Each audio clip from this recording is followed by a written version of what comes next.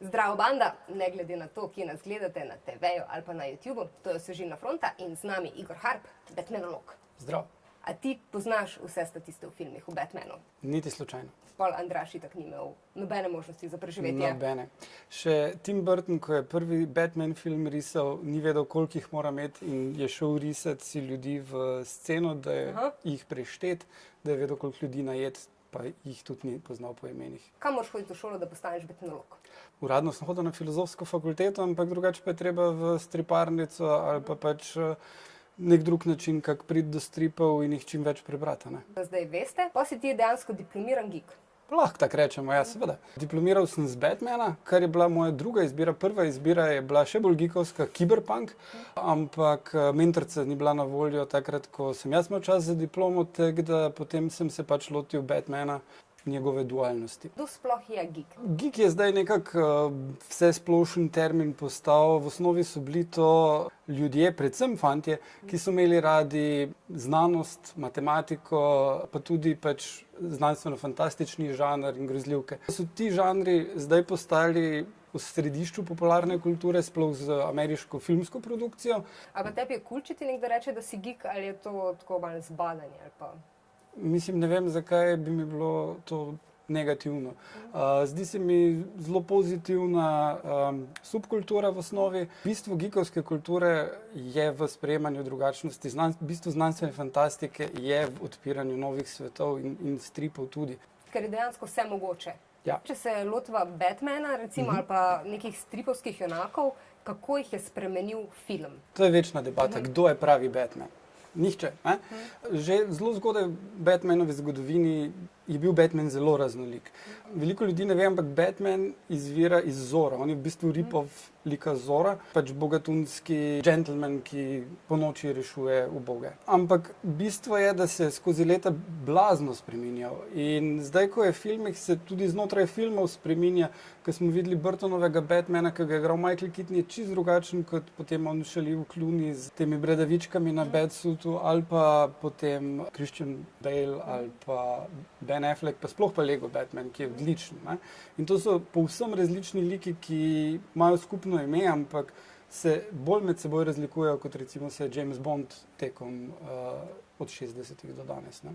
Ampak zakaj pa sploh potrebujemo v tem našem svetu superjunake? Nekako bogovom smo se počasi odpovedali, znamo razložiti neke naravne pojave, ampak superjunake pa še vseeno nas vlečejo. Zdaj, če hočemo iti čisto sociološko, je tukaj zelo preprosto rešitev. Če imamo nekoga, ki lahko vse probleme sveta reši tak, seveda hočemo to. S tem, ko postaje svet vedno bolj kompleksen, hočemo preproste rešitve, ampak dejansko jih ni. Vse stripovski filmi se tudi razvijajo in stripi se razvijajo in nakazujejo, da to ni tako preprosto. Tudi te popularni Batmanovi stripi iz 80-ih kot Dark Knight Returns so nakazali, da Superman ne more rešiti sveta ali Batman, nihče. Edino, kako jih lahko rešimo, da se kot družba spremenimo. Zdaj, za en blockbuster je pa to zelo lepa rešitev. Kakšen pa bi pa mogel biti svet, recimo, da ne porabi superjunakov? Predzgodbe Vojne zvezd pokažejo eno utopijo ali pa Star Trek, Zvezdne steze. Literatura znanstveno-fantastična je polna idej, kako bi lahko stvari izgledale. Če govoriva o znanstveni fantastiki, kako se ta razlikuje od fantazije? Znanstvena fantastika je o vesolju, je o prihodnosti, o tehnologijah, ki so verjetne, če že ne mogoče. Fantazija pa o čarovnikih, magiji, takih svetovih.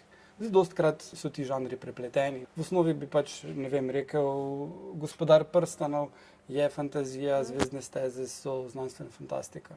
Kaj tebe bolj vleče? V bistvu mi je znanstvena fantastika ljubša, ampak če mi daš dobro zgodbo z zmaji pa čarovniki, takoj pograbim. Sam da leti. Ja. Kaj pa imajo skupnega superheroji? Kaj je njihova skupna točka, razen tega, da imajo neke nadnaravne moči in rešujejo svet?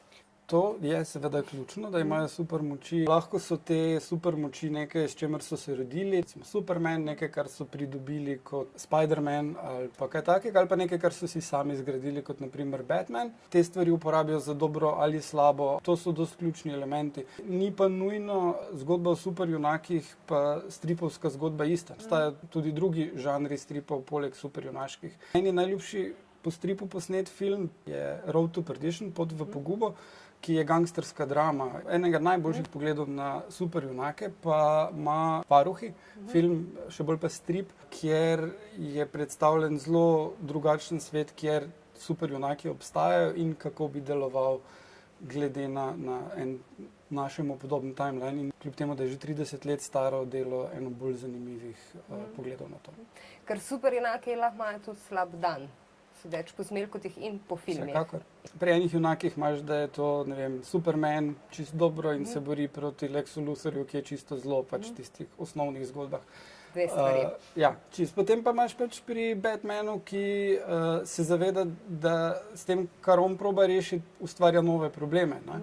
To, da je on začel reševati mesto pred zločinci kot zamaskiran junak, je s tem kot prvo odstranil kriminalce in odprl trg za nove, ki so se pa tako kot on zamaskirali in postali še bolj čudaški. Ne? Tu imaš vedno ene te dualnosti, ampak to je nasploh pri literaturi recimo zelo pogosto, da imaš nek balans znotraj enega junaka. Ne? Pol imaš še merchandise, pa vse te stvari. Kako to dejansko vpliva na same filme, no? Ali pa tudi mogoče na stripe? Levji kralj iz 90-ih je prinesel v izdelkih 20krat toliko, koliko film, pa je film bil uspešnica. Ne?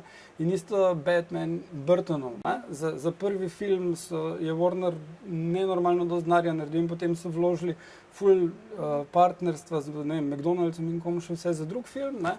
Dali so pa Burtonu proste roke in potem je prišel drug film, kjer Pingvin je res grozljiv in S&M, Catwoman, vsa ta scena in so sponzorji rekli, Jezus Kristus, kaj pa je to.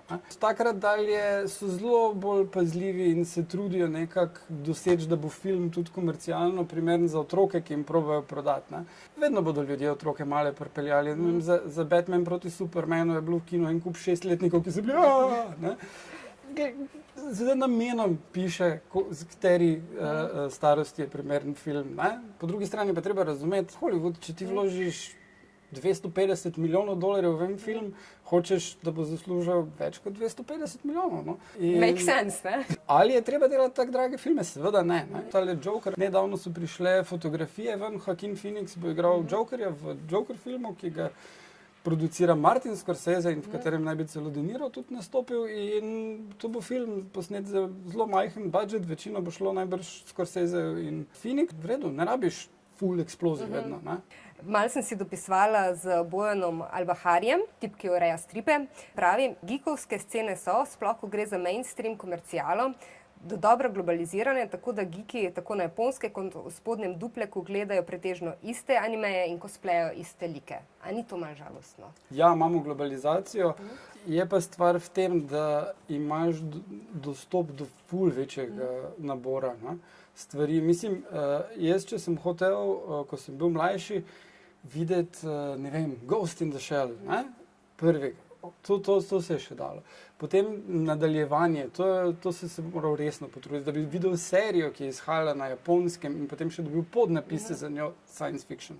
Dobesedno. Ja, ki ti je všeč. Ja, danes lahko do vseh teh stvari zlahka prideš. Kar on cilja pa je to, da je pa manj... Ne, jaz sem rekla, da se meni zdi žalostno. On ni komentiral tega. To je bil moj komentar. Da je manj lokalne produkcije, izvirne. Ja, zato. Ampak to pa je odvisno od trga. Zato, ker imamo vsi možnost prek Netflixa videti en kup animejev, ne pomeni, da nas ne zanimajo lokalni stripi. Je pa kot pri vsaki stvari mora obstajati kakovostna vsebina in se bo trg zanjo tudi našel. Ne? Leta 1983 je bila v Ljubljani konvencija Eurocom, pol pa nekaj časa nič, pred 5 leti pa na meji nevidnega. Ne? Zakaj ta nihanje v geekovski kulturi, da enkrat je popularno in se več dogaja, potem pa mal pade? Mislim, tukaj je vsekakor povezano s tem, da če se najde ekipa pravih fanov, ki zna stvari narediti, bo stvari naredila in pritegnila tudi druge.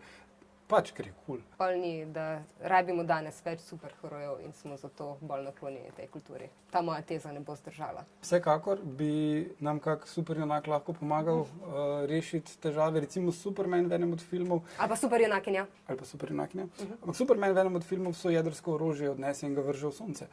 To ne bi škodilo. Kje si? Mislim pa, da moramo kot družba se sami drugače zorganizirati in rešiti svoje probleme brez pomoči skoraj.